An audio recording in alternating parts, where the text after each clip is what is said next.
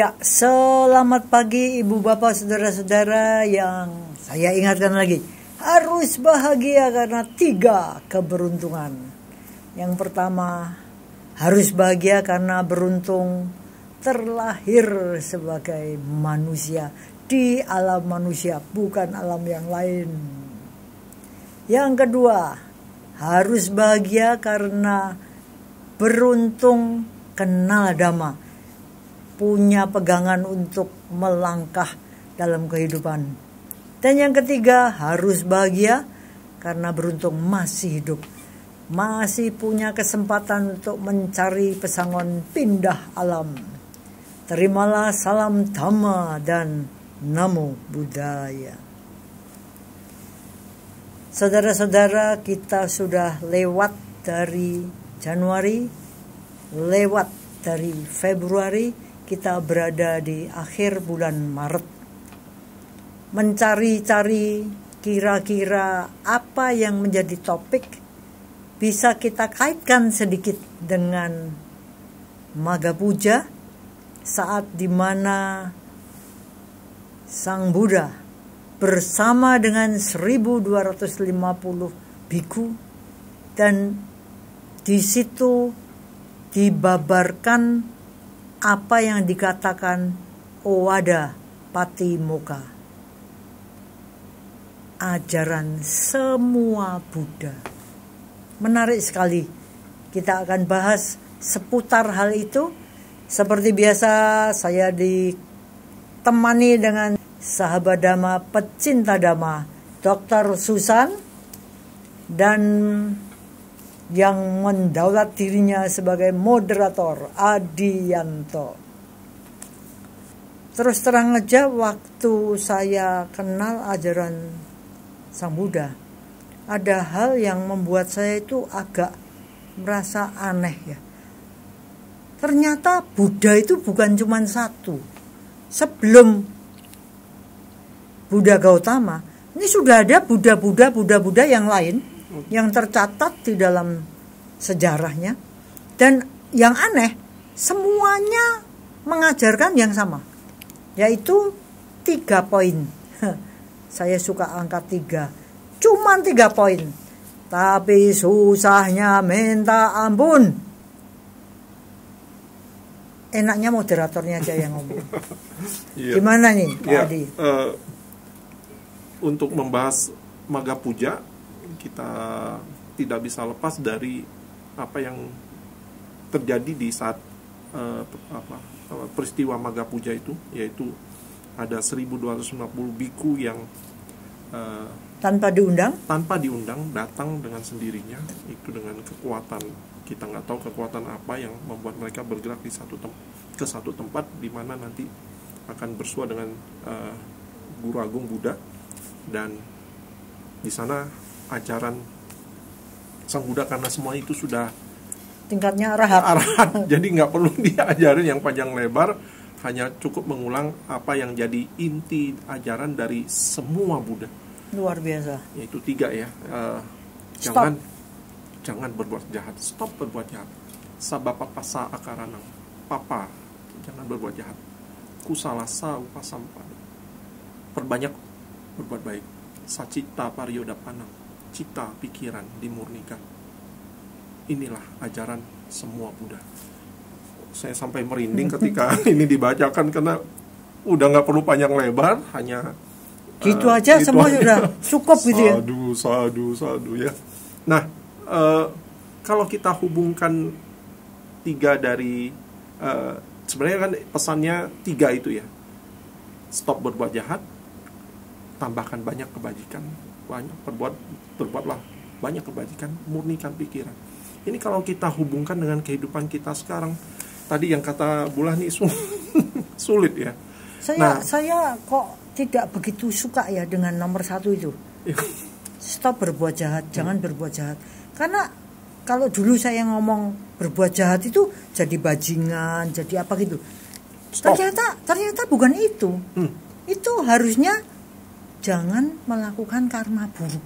Jangan. Waduh. Lah kalau itu kan lebih karma buruknya saya banyak banget, tapi kalau jahat, saya enggak jahat. Itu masih bisa gaya gitu. Makanya saya pikir jangan melakukan karma buruk. Waduh. Papa tadi kan keburukan. Ya. Tapi kalau kita diomongin jangan berbuat jahat ya. Aku enggak jahat, itu peng-pengan gitu loh. Makanya saya lebih suka mengatakan jangan melakukan karma buruk. Ya. Tambah kebaikan. Mari menambah karma baik. Sucikan pikiran. Saya lebih senang mengatakan berbuat baik tak nggak cukup. Berbuat baik dengan pikiran yang disucikan. Itu rasanya kok lebih menohok gitu ya. Dibanding dengan kalau saya ngomong jangan berbuat jahat, aku jahat gitu. Peng-pengan gitu. Orang mungkin sampai berhenti di sana udah baik ya. Udah baik. Tapi ternyata belum. Harus dilanjutkan lagi. Kalau sudah stop berbuat yang karma buruk, masa cuman stop aja itu kayaknya pasif banget ya. Harus ada yang aktifnya. Kalau saya lihat tadi yang dari Bulani sampaikan, lakukan sesuatu. Nah, sesuatu ini harus karma baik. Tapi tidak cukup berhenti di cuman berbuat karma baik kalau kita tidak punya dasar yang baik dari motivasi pikiran. Ya. Jadi makanya murnikan. Itu sesuatu yang bagi saya tuh terkagum-kagum gitu ya, pada sesuatu ajaran yang sepertinya bunderser gitu ya, utuh, lengkap gitu. Baik. Maka misalnya aja gimana kita bisa tidak melakukan hal-hal buruk, bagaimana kita bisa melakukan banyak hal-hal baik. Itu kan kalau kita nggak sadar mana yang baik, mana yang buruk, kita nggak bisa. Nah, Bu Susan, sehubungan dengan topik ini tentang tidak berbuat karma buruk, perbanyak kebaikan dengan melakukan banyak karma baik, murnikan pikiran. Kalau dari pandangan Bu Susan ini seperti apa, Bu? Saya itu tertarik dengan perbedaan pemaknaan tentang jahat dan karma buruk ya Bu. Itu menarik gitu. Karena kalau berhenti atau kita memaknai tidak melakukan kejahatan itu karena di mentalitas kita sendiri kejahatan itu kan levelnya lebih tinggi dari sekedar berbuat buruk gitu ya. Artinya berbuat buruk itu ya kecil-kecil itu buruk tapi nggak jahat. Nah itu artinya lalu kita bisa memaafkan untuk perbuatan buruk kecil-kecil, ini bukan kejahatan. Nah ini kan beda. Jadi kita nggak bisa maju loh. Meaningnya beda. Intinya ini bukan crime gitu ya. Jahat itu kan sama dengan kriminal. Nah artinya ini belum kriminal. Jadi masih ayem. Nggak apa-apa gitu. Nah ini menurut saya memang penjernihan kembali penggunaan kata. Itu menurut saya penting gitu, karena bisa jadi kita itu terjebak pada makna kata itu sendiri gitu ya. Nah kalau di psikologi memang bukan baik buruk gitu, tapi lebih ke kamu itu melakukan kejahatan atau enggak gitu. Nah sehingga kalau tadi dimaknai seperti jangan melakukan kejahatan gitu kan.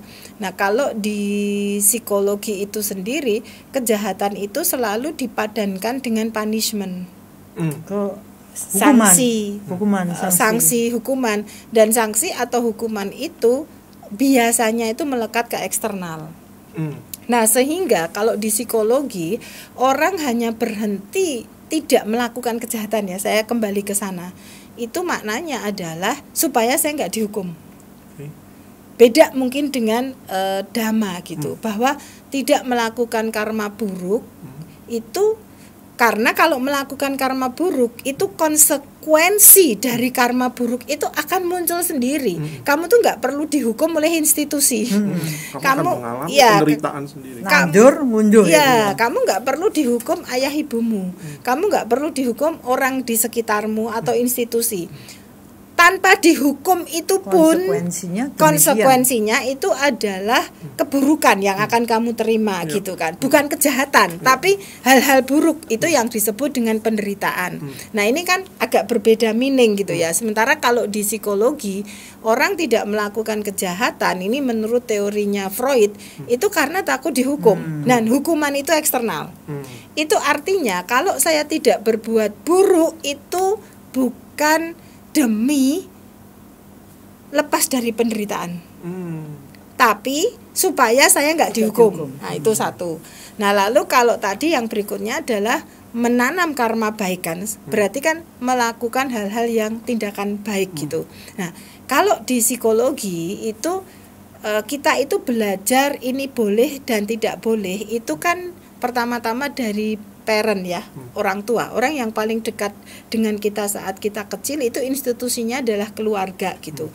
Nah ketika orang tua mengatakan ini lo jahat, ini lo baik, maka orang tua itu mengharap kamu itu berbuat baik, bukan berbuat jahat. Nah sehingga ketika orang itu mengejar perbuatan baik itu sebetulnya karena saya tuh ingin diakui oleh orang tua saya supaya saya dilihat baik.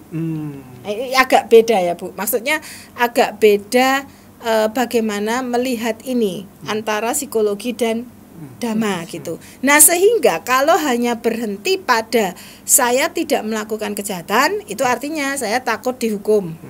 Kalau saya berhenti saya berbuat baik itu karena saya ingin dilihat baik. Jadi sebetulnya tidak tahu makna dari perbuatan itu. Nah sehingga kalau memurnikan atau menyucikan pikiran itu sebetulnya di psikologi kita sebut sebagai discernment.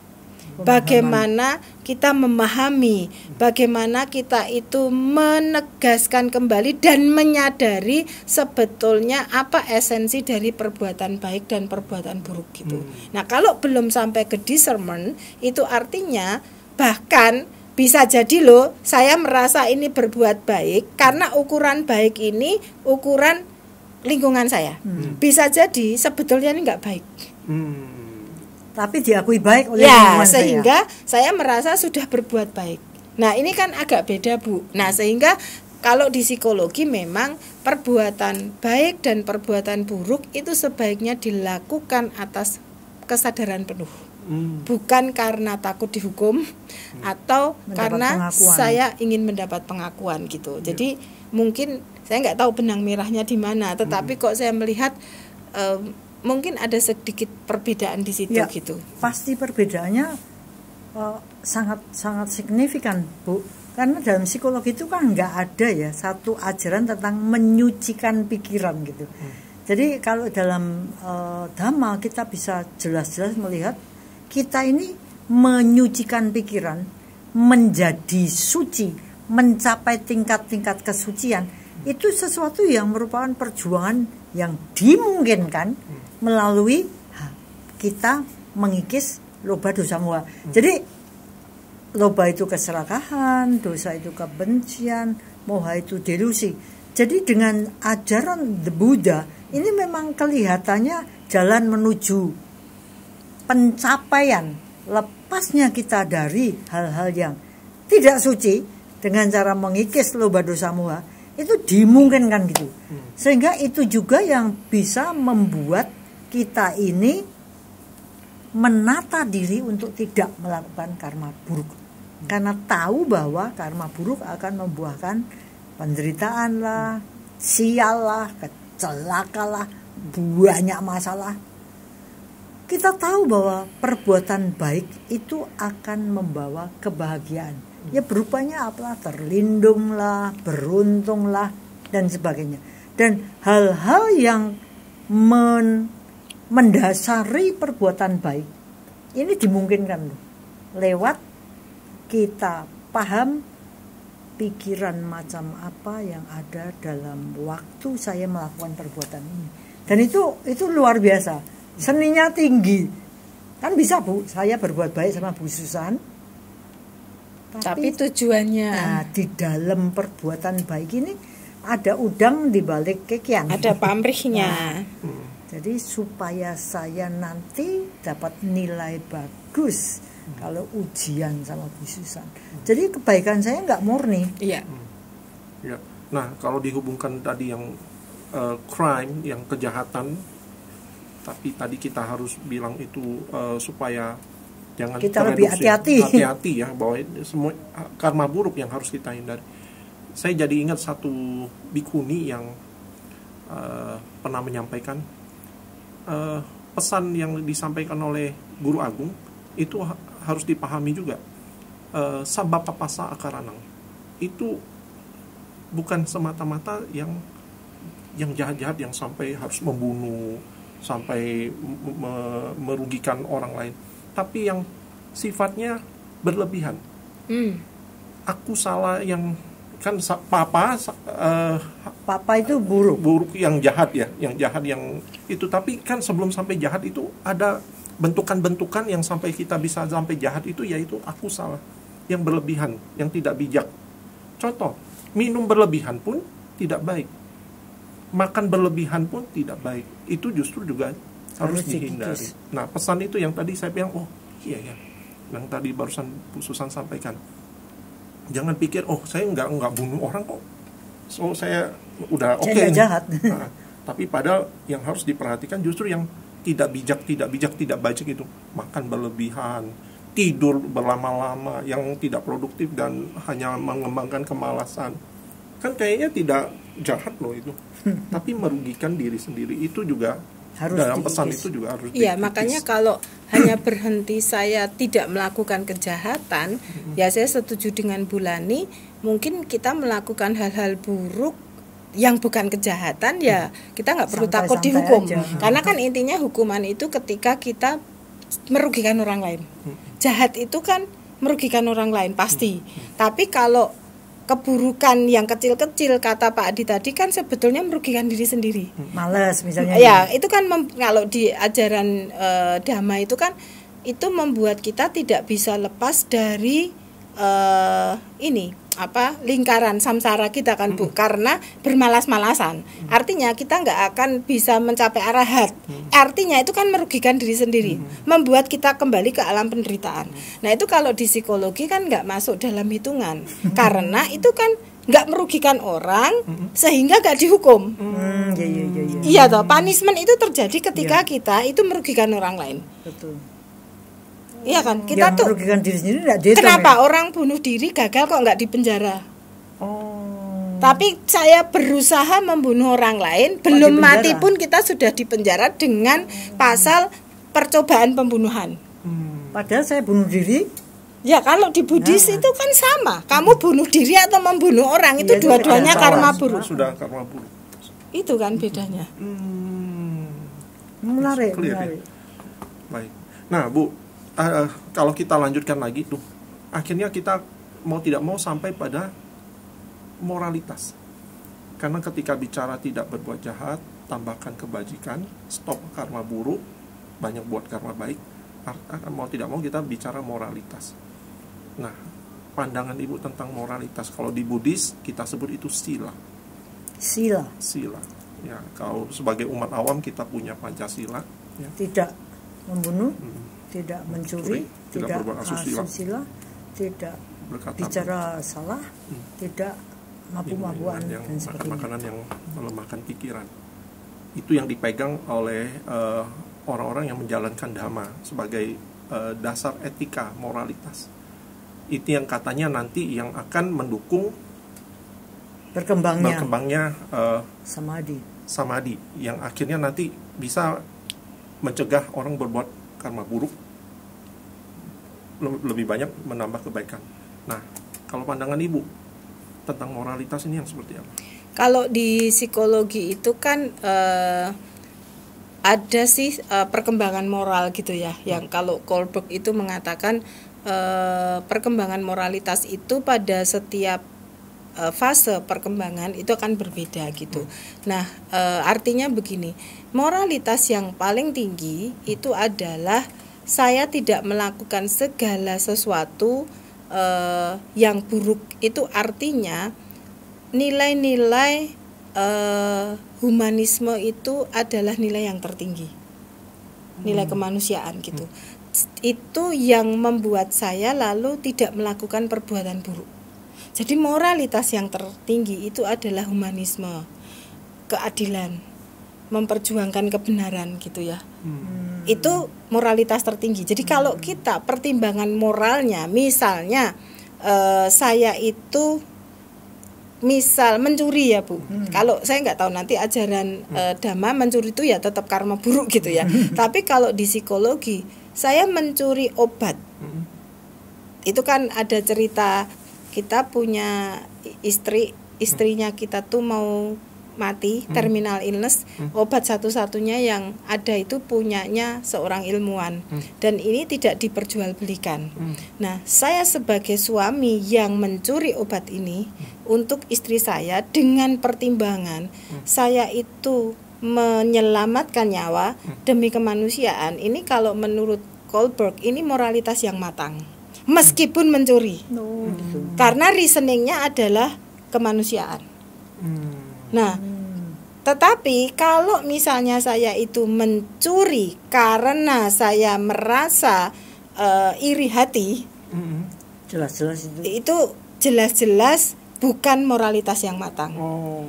Dan kalau misalnya saya itu mengatakan saya tidak akan mencuri karena itu melanggar hukum, ini juga belum matang. Karena masih takut. Karena masih takut akan hukuman. Nah, jadi beda Bu, mungkin moralitasnya. Kalau di Dhamma mungkin alasan apapun mencuri itu tetap perbuatan buruk. Kalau makanya kalau di pengadilan itu kan motif itu menentukan hukuman. Sama-sama membunuh, tapi untuk pembelaan diri itu hukumannya paling ringan. Tapi kalau di ajaran Dhamma, alasan apapun membunuh itu sudah karma buruk. Alasannya membela diri, alasan apapun, kalau kamu membunuh, perilaku membunuh itu sendiri itu sudah karma buruk. Tapi kalau di bidang hukum dan di bidang psikologi itu dimaafkan gitu loh Bu. Karena perbuatan buruk ini dilakukan intensinya adalah menyelamatkan nyawa dan ini adalah kemanusiaan.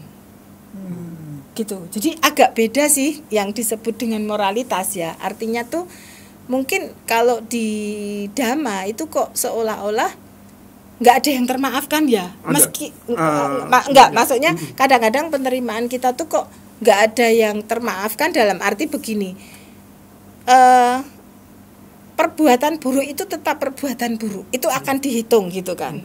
Nah, sehingga kalau kita sadar tentang itu, maka malah kita tuh nggak akan berbuat buruk dengan alasan apapun gitu loh Bu. Dengan alasan kemanusiaan, dengan alasan membela diri, saya tidak akan melakukan itu, meskipun itu secara psikologis itu matang.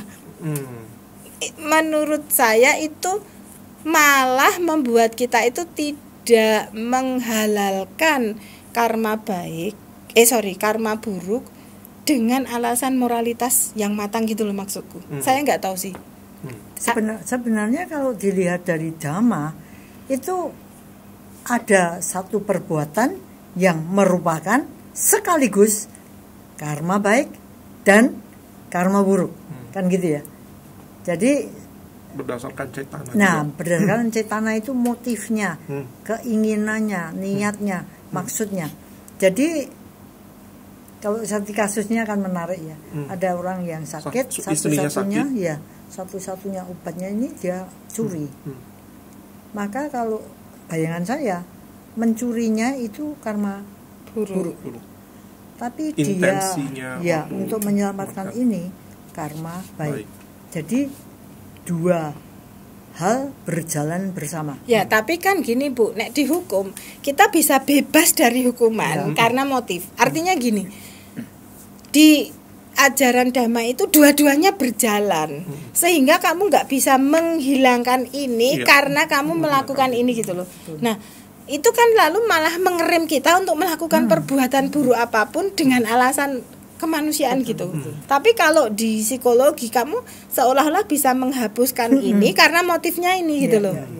Nah, jadi orang bisa lengah, Bu. Betul. Dengan alasan cari-cari ya. Maksud saya itu gitu loh.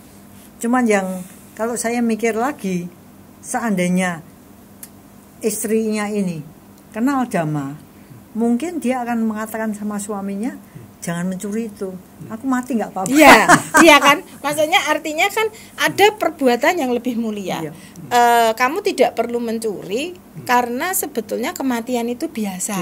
Kematian itu akan kita alami. Wajar. Nah itu kan dan gini, kalau misalnya si suami ini mengenal Dhamma, dia tidak akan mencuri, lalu malah mengatakan pada istrinya bahwa kematian itu akan kita alami semua. Dan ya mungkin ini saat ini tuh caramu mati itu demikian karena nggak ada orang yang baik hati memberikan padamu. Nah artinya kan lalu saya tidak mencuri. Nah itu maksud saya. Jadi tapi kan kalau dalam ajaran psikologi maupun hukum nggak ada kan tentang itu gitu. Maka ya misalnya ini pengadilannya itu pakai cara Buddhis misalnya ya, itu kan bisa jadi dia nggak akan bebas dari hukuman. Mungkin dapat korting. Ya, tapi kan kamu tetap dihukum, bukan lalu bebas gitu. Sementara kalau ini di pengadilan bisa jadi bebas. Maksud saya itu gitu loh. Ya, benar. Nah, Bu, ada keyakinan di ajaran umat Buddha tentang ajaran bahwa moralitas ini kalau dibarengi dengan sikap mental hiri dan otapa. Hiri ini diterjemahkan bebas itu malu terhadap kalau melakukan perbuatan buruk. Otapa ada kesadaran bahwa buah-buahnya itu akan datang pada kita kalau kita melakukan karma buruk.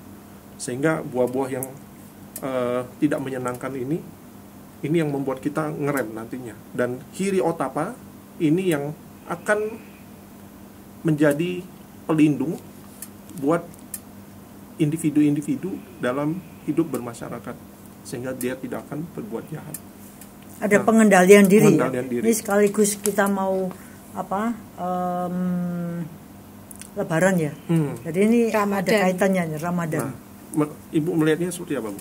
Ya kalau di psikologi itu kan nggak ada yang namanya perbuatan itu akan berbuah konsekuensi ke diri kita sendiri, kan nggak ada. Entah perbuatan baik, entah perbuatan buruk, itu kan nggak ada konsekuensi yang misalnya kalau saya berbuat baik itu saya akan menuai karma baik itu sendiri dengan misalnya saya lalu memperoleh banyak kebaikan, kan nggak ada hukumnya itu gitu. Kalau saya melakukan karma buruk itu saya juga akan menuai buahnya dengan saya itu mendapatkan kesialan, kan nggak ada. Di psikologi itu nggak ada itu, sehingga moralitas itu yang ada itu adalah begini. Kalau saya itu menggunakan rasa bersalah gitu. Rasa bersalah. Jadi perasaan bersalah yang disebut guilt itu ya, itulah yang akan mengendalikan saya untuk tidak berbuat buruk dan membuat saya itu berani bertanggung jawab ketika saya berbuat buruk, menanggung akibatnya. Tetapi bukan dasarnya adalah saya akan menuai, bukan. Tetapi ketika saya itu berbuat salah, itu saya akan mengakui bahwa ini kesalahan saya dan saya akan menerima konsekuensinya. Dan konsekuensi ini kalau di psikologi itu konsekuensi itu dari luar diri. Karena perbuatan salah itu biasanya berkaitan dengan menyalahi orang lain. Jadi dia dapatnya ini ya, dibalas oleh orang lain gitu. Sehingga kalau ada orang yang lalu marah dengan saya, itu konsekuensi yang harus saya tanggung. Bukan konsekuensinya kalau saya itu menjahatin orang, konsekuensinya nanti akan balik ke saya sendiri, bukan karena kemarahan orang ini, tetapi nanti mungkin tiba-tiba saya itu mengalami kesialan, tiba-tiba saya sakit parah, yang ini berkaitan dengan perbuatan yang saya lakukan, kan nggak ada. Yang izinnya bukan nandur ngunduh ya? Bukan. Intinya kalau saya itu melakukan kesalahan, saya akan bertanggung jawab untuk memperbaiki kesalahan itu melalui perasaan bersalah itu. Nah, sementara kalau malu itu tidak membuat orang itu berbuat baik. Karena malu itu sebetulnya didorong oleh perasaan ingin dilihat baik. Jadi ego, kata ingin dilihat baik oleh orang lain, maka sejauh perbuatan buruk saya tidak diketahui orang lain, saya tidak akan menyesali perbuatan itu. Bahkan ya, ketika dilihat orang lain pun itu bukan menyesal yang terjadi, bukan penyesalan yang terjadi, tetapi saya itu tidak ingin dilihat buruk. Maka supaya saya tidak dilihat buruk, saya mencari pembenaran. Pembenaran ini kan bukan penyesalan. Jadi ngeyel atau malah nyerang balik. Iya, ini kan bukan menyesal. Tapi kalau itu perasaan bersalah, itu kan berkaitan dengan penyesalan. Mengapa kok saya melakukan ini, dan oleh karena itu saya perlu meminta maaf. Menyesal itu kan lalu meminta maaf pada diri sendiri dan pada orang yang saya rugikan. Lalu saya akan bertanggung jawab jika saya ada sanksi apapun dari lingkungan sekitar saya. Jadi kan kira-kira itu, Pak. Tapi kalau malu itu yang penting adalah saya tidak terlihat buruk. Maka saya tidak menyesali apa yang saya lakukan. Justru saya itu bisa saja menyalahkan orang yang saya rugikan demi terlihat baik. Nggak ada itikat untuk minta maaf, nggak ada itikat bertanggung jawab. Bahkan ketika saya mendapatkan konsekuensi negatif dari orang lain atas perbuatan saya nggak terima. Nah itu beda ya tentang moralitasnya, saya kira. Bulani, kalau Bulani melihat hiri otapa, sampai ada quotes-nya, inilah yang akan menjaga pelindung dunia. Sebenarnya kan terjadinya sesuatu yang nggak beres. Itu kan karena tidak adanya pengendalian diri itu. Jadi pengendalian diri ini yang mendasari hiri dan otapa. Karena saya mengendalikan diri, maka saya sepertinya ditempelin gitu, dapat satu paket gitu. Saya punya rasa malu, jadi gengsinya bener. Aku gengsi dong melakukan perbuatan rendah gitu. Malu aku. Kalau bahasa sekarang nggak level. Ini hiri yang benar karena mau melakukan pun sudah ada pengendalian diri. Aku malu aku kalau berbuat gitu. Sebagai siswa Sang Buddha, aduh janganlah melanggar sila. Malu aku. Jadi kalau ini tuh malu pada diri sendiri, Pak. Jadi bukan eksternal. Ya, jadi kalau malu yang di sini itu adalah saya malu dengan diri sendiri. Sementara kalau emosi malu yang di psikologi itu, malu itu karena terlihat dari luar. Nah, itu kan bedanya. Karena dia punya kualitas yang dia turunkan sendiri dengan melakukan sesuatu yang jahat. Jadi itu yang ngerem ya, bahwa saya mau usaha sebenarnya nggak boleh melakukan itu. Nah, kalau di psikologi itu tetap namanya guilt, bukan malu, Bu. Jadi bahwa ketika saya itu mau berbuat buruk pun saya sudah merasa bersalah, bukan malu. Nah, malu itu eksternal. Malu itu eksternal. Kalau dalam psikologi. Ya, tapi kalau hiri itu internal, karena kita mengaitkan nilai keluhuran kita, nilai kemanusiaan kita sedemikian tinggi sehingga saya nggak mau merendahkan diri sendiri. Malu aku, ya tadi gak level. Kalau otapa itu ada satu kengerian karena saya tahu bahwa apapun yang saya lakukan itu membawa satu buah. Jadi bila aku melakukan karma buruk, aku dapatnya sial dan tercelakai oleh buah karma burukku sendiri. Ya, jadi kan semuanya ketakutan pun itu kan ketakutan bahwa saya akan menuai. Jadi internal ya. Kalau di psikologi ketakutan itu ancaman dari luar loh. Takut dihukum. masuk penjara 1 tahun ya. Itu tidak menyenangkan. Itu jadi, kamu terpisah ketakutan itu takut akan hukuman, malu itu takut diketahui jeleknya. Itu loh, semuanya eksternal sih menurutku. Itu sebabnya bisa saja sesuatu dilakukan dengan diam-diam ya. Karena orang nggak tahu. Betul. Jadi kayak misalnya seorang kalau nggak ketahuan malah nggak apa-apa. Kalau Otapa dengan kesadaran Otapa, aduh aku nggak bisa hindar lah aku. Ya, nanti kalau nggak bisa sembunyi. Ya, sembunyi lah. Oh ya. Karena kekuatan karma itu kelihatannya beda dengan satu external factor yang sepertinya nanti kamu dilihatin loh. Betul. Jadi kayak misalnya gini, saya takut dengan orang tua saya karena saya takut dihukum. Tapi kalau nggak ada orang tua saya berani melakukan kejahatan. Itu kalau takut. Kalau malu, semasa saya nggak dilihat, saya melakukan itu nggak apa-apa. Jadi meski sama-sama malu dan takut itu tuh eksternal menurut saya. Kalau dalam psikologi. Iya. Sementara dalam dhamma, malu dan takut, hiri dan otapa internal itu diperoleh karena adanya satu kesadaran bahwa apapun yang aku lakukan, aku ini penanggungnya, aku adalah pemilik karmaku sendiri, aku adalah pewaris karmaku sendiri, aku terlahir oleh karmaku sendiri, aku berkerabat terikat oleh karmaku sendiri, aku sial dan tercelakai oleh karma burukku sendiri, aku beruntung dan terlindung oleh karma baikku sendiri. Apapun yang aku lakukan, baik atau buruk, akulah yang akan menjadi pewarisnya. Kubiak. Wah, enggak dah. Wes, mendingan enggak. Ya, jadi itu memang benar. Internal yang hubungannya dengan pengendalian diri jadinya. Bukan karena takut dihukum, takut malu diketahui. Ya. Baik. Jadi Bu Susan, dari penjelasan Bu Susan, boleh nggak kita jadikan leveling ini? Orang kalau belum sampai pada kesadaran internal yang seperti itu, mungkin mereka masih di level yang shame sama guilty yang dan sama-sama tetap dibutuhkan sebenarnya. Bukan, ya, shame itu. Dan takut, Pak. Kalau guilt itu lebih ke sudah menyadari bahwa saya melakukan kesalahan.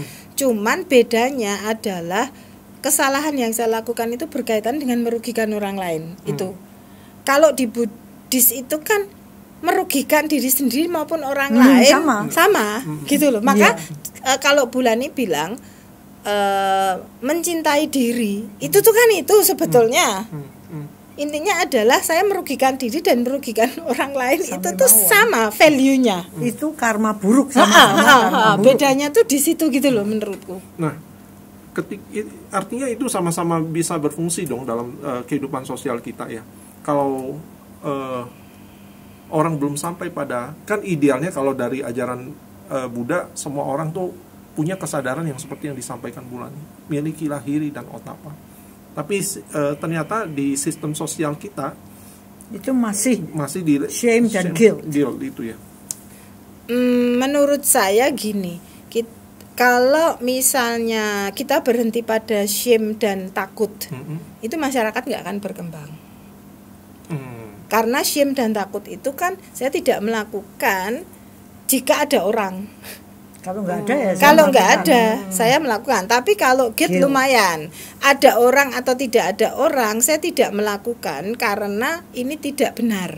Tetapi bukan berkaitan dengan merugikan diri sendiri, ini lebih berkaitan dengan merugikan orang lain. Dan kalaupun sudah dilakukan, kemudian ada penyesalan kan gitu. Ada ya, jadi kalau guilt itu ada penyesalan, tapi beda gitu loh penekanannya. Kalau di Dhamma kan buruk itu buruk untuk sendiri maupun orang lain tuh value-nya sama. Ya, sehingga saya itu tidak melakukan itu karena saya juga tidak mau merusak diri saya sendiri masuk ke penderitaan. Ini kendalinya tuh lebih gede. Betul. Daripada saya sekedar yang penting saya nggak merugikan orang lain. Tapi kan saya bisa merugikan diri sendiri. Dan ketika saya merugikan diri sendiri nggak ada guilt. Artinya itu sama saja melakukan karma buruk untuk diri sendiri. Tapi saya tidak merasa bersalah gitu loh. Jadi jargon kita yang budaya malu itu harus betul-betul dipahami lebih ya Bu ya. Yang kalau yang Ibu pernah nyampein kalau budaya malu tanpa pandangan yang benar itu nggak maju-maju ya. Iya, karena malu di sini tuh malu diketahui orang gitu. Takut itu takut dihukum orang lain gitu loh. Persoalannya tuh di situ. Maka kembali pada kita kalau kaitkan dengan ini bulan Ramadan. Ini pengendalian diri kan sebenarnya itu memang sebenarnya amat sangat dibutuhkan, meskipun kalau saya ngomong pengendalian diri itu bukan cuman sesaat atau bukan cuman urusan makan, tapi harus benar-benar nama rupa. Jadi secara fisik pengendalian diri juga harus bagus. Makan itu kan cuma salah satu dari kebutuhan fisik, tapi mungkin gerak kita, mukul orang, ucapan kita, maki-maki orang, dan pikiran juga benar-benar harus dikendalikan, karena dari pikiran ini bermulanya mulut buka, fisik jalan. Baik, nah saya pikir pertemuan kita bisa saya simpulkan yang menarik nih. Yang justru tadi yang disampaikan Bu Susan, hati-hati, kita nggak cukup ternyata kalau sekedar malu karena atau takut karena faktor eksternal. Itu harus hadir dalam diri kita secara internal, sehingga saya yakin dengan hadirnya rasa malu dan takut karena konsekuensi itu berhubungan dengan diri sendiri, saya pikir kalau ini ada di setiap anggota masyarakat nih di satu negara itu pasti akan maju dan tentram ya Bu. Itu Bu Lani. Ya, dan lagi kalau kita lihat lagi secara umum, kita sekarang ini kelihatannya kacau balau ini juga karena kurangnya rasa hiri dan otapa itu. Betul enggak? Coba kalau dipikir seperti contohnya aja, orang kok nggak malu ya, misalnya aja pakaian yang tidak senonoh, kok nggak malu ya, kok nggak takut ya kalau dia diperkosa, karena itu kan sebenarnya udah menggelisahkan banyak pihak loh itu. Kalau saya sih malah lebih lihatnya gini Bu, tentang malu itu ya, kenapa malu itu kalau di psikologi itu beda dengan yang di ajaran Dhamma itu gini. Ketika semua orang melakukan itu lalu kita kan nggak malu. Betul. Beda toh. Betul. Jadi kalau semua karma buruk itu gini loh. Bareng-bareng. Dilakukan bareng-bareng atau dilakukan sendiri itu buruk. Nah kalau malu kan nggak. Malu itu adalah kalau itu sudah menjadi norma umum, saya nggak malu lagi melakukan. Berjamaah. Gitu loh. Itu toh. Mohon maaf nih, kalau semua orang punya budaya buang air besar di pinggir sungai semua, ya, nggak ada yang malu. Jadi bukan sesuatu yang memalukan. Kalau semua orang itu ternyata telanjang itu nggak apa-apa, ya nggak akan malu gitu loh Bu. Iya. Gitu loh. Itu bedanya. Oke. Makanya sudah sepatutnya kita punya diri otapa yang benar. Yang benar. Ya, paham bahwa malu yang benar itu terhadap diri sendiri, jangan sampai merendahkan diri sendiri, ya, dan waspadai buah-buah yang akan muncul ketika kita melanggar. Karena telat dong. Kalau sudah kita buahnya sudah muncul, udah telat kok. Makanya kan sekarang tuh kalau kita lihat tuh Bu, orang ngomong bolak-balik melintir omongan, nggak ada rasa malu sama sekali karena itu budaya. Ya. Udah jadi norma. Omongan nggak menepati janji itu biasa itu di internet. Orang janji-janji nggak punya integritas itu biasa. Maka sekarang orang nggak punya integritas dan benar-benar terlihat itu nggak malu karena banyak orang melakukan itu gitu. Beda kalau saya itu malu dengan karma burukku kan beda. Diketahui nggak diketahui orang melakukan atau enggak, saya nggak akan melakukan karena saya tahu konsekuensinya gitu loh. Bedanya di situ. Maka pengendalian dirinya jadi lebih berjalan. Malu mendegradasi diri sendiri bukan karena ini dilakukan oleh banyak orang, karena kalau saya lakukan saya mendegradasi diri saya dalam arti kualitas diri, batin saya, mental saya. Dan mungkin kalau kita lihat situasi seperti ini tidak bisa tidak akan ada sekelompok orang yang mengundurkan diri dari apa yang dikatakan berjamaah tadi, karena kalau tidak benar mereka tidak mau melakukan itu. Jadi akan ada sekelompok orang yang mengundurkan diri dari dunia yang kayak gini nih, untuk menjaga supaya moralitas sebagaimana diajarkan oleh Sang Buddha itu tetap bisa bertahan. Ya, semoga kita termasuk yang ada dalam kelompok itu. Sehingga kehidupan kita tentram, setapak demi setapak kita maju di dalam nilai-nilai spiritual kita, dan kita mendekatkan diri pada aloba, adosa, amoha. Ya, demikian bincang-bincang kita tentang hiri dan otapa, pengendalian diri, sekaligus kita belajar dari bedanya dengan dunia psikologi dan bagaimana Dhamma meresap di dalam hati sanubari kita. Semoga apa yang kita pelajari hari ini bisa membawa kita lebih dekat dengan pembebasan dari loba, dosa, dan moha, pandangan salah. Semoga kita berada di dalam jalan yang benar. May all beings be happy and may the best come to us all. Sadhu, sadhu.